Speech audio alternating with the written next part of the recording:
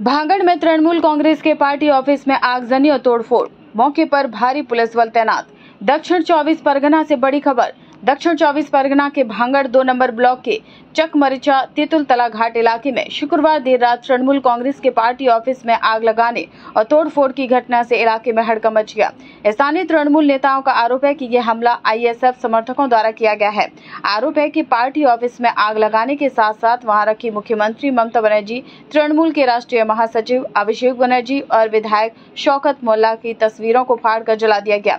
इतना ही नहीं, एक ग्राम बोर्ड को भी तोड़कर खाले में फेंक दिया गया। घटना की खबर मिलते ही उत्तर काशीपुर थाने की पुलिस मौके पर पहुंची और भारी संख्या में पुलिस बल तैनात कर पूरे इलाके को घेर लिया गया।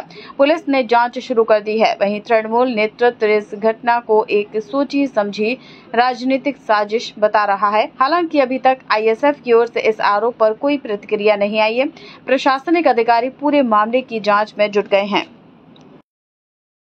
গতকালকে রাত্রিরে আইএসএফের সমাজ বিরোধী যারা এই বুথে দীর্ঘ পঞ্চায়েত থেকে আজ পর্যন্ত তাণ্ডব লীলা চালাচ্ছে, যারা আমরা তাদের বিরুদ্ধে একাধিক প্রশাসনিকভাবে ব্যবস্থা নেওয়ার জন্য তাদের বিরুদ্ধে লিখিত অবজেকশন আমরা থানাতে করেছি। প্রশাসন একাধিকবার তাদেরকে খুঁজছে, তাদেরকে ধরতে পারছে না, কিন্তু দু একজনকে ধরেও ফেলেছে। এবং সোনপুর যারা তাণ্ডব চালিয়েছে তারা তো বাড়িতে নেই, রাত দুপুরে তো চৈকিত অসম্ভব ব্যাপার। আমাদের ছেলেরা গতকালকে এখানে 10টা পর্যন্ত ছিল।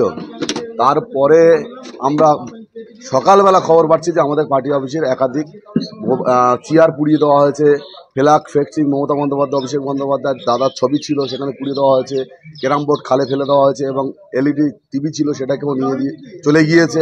এই ধরনের তাণ্ডব লীলা যারা সমাজ বিরোধী এখানে, তারা এই ধরনের ঘটনা এখানে ঘটাচ্ছে। আইএসএফ এর যারা কুখ্যাত সমাজ বিরোধী নওশাদ সিদ্দিকীর নেতৃত্বে এগুলো হচ্ছে।